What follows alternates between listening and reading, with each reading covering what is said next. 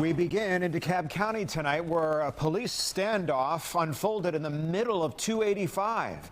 Good evening. Thanks so much for joining us here on News Edge at 11. I'm Tom Haynes. I'm Christine Spiro. According to police, the suspect pointed a gun at an officer at a McDonald's, then fled in a stolen car. That's when authorities say their officers fired back. Now the GBI is investigating. Let's get out to News Edge reporter Rob DiRienzo, who's live in the DeKalb County jail tonight. Rob, you happen to witness some of these wild moments on the interstate firsthand. Yeah, Tom, Christine, good evening to you both. Well, wild is an understatement. I was actually on the other side of 285 when I saw this massive police presence. The cops had their guns trained at the suspect's direction. Take a look.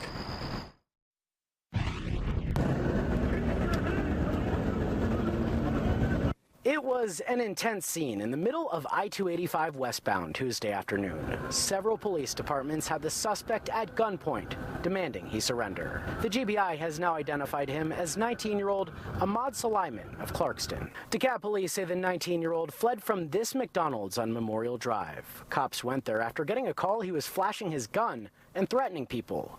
Then they say Sulaiman pointed his gun at police before fleeing in the stolen car. I can confirm one of our sergeants was involved in the incident with DeKalb County Police. Avondale Estates Police reportedly engaged with the suspect in the middle of the chase. During the pursuit, the suspect fired a firearm towards the officer.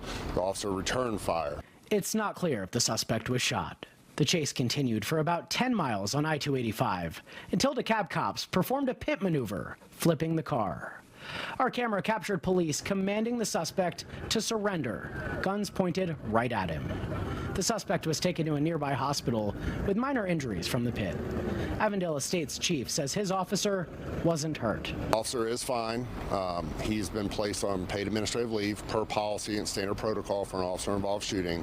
DeKalb police told us one of its officers got into an accident on the way to the scene, but is in stable condition. It's been a little hectic, a busy day, but we get through it. We work great as a team, and with the assistance of DeKalb police and the other agencies that assisted during this incident, I greatly appreciate all their help.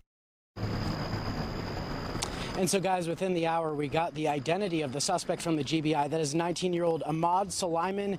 Last check, he was still in the hospital for his injuries, but police tell us as soon as he's ready, he's going to be headed here to the DeKalb jail. Back to you. Rob, what a scene out there today. Incredible that you were rolling right by when those rifles were drawn. What was it like being just feet away from this standoff?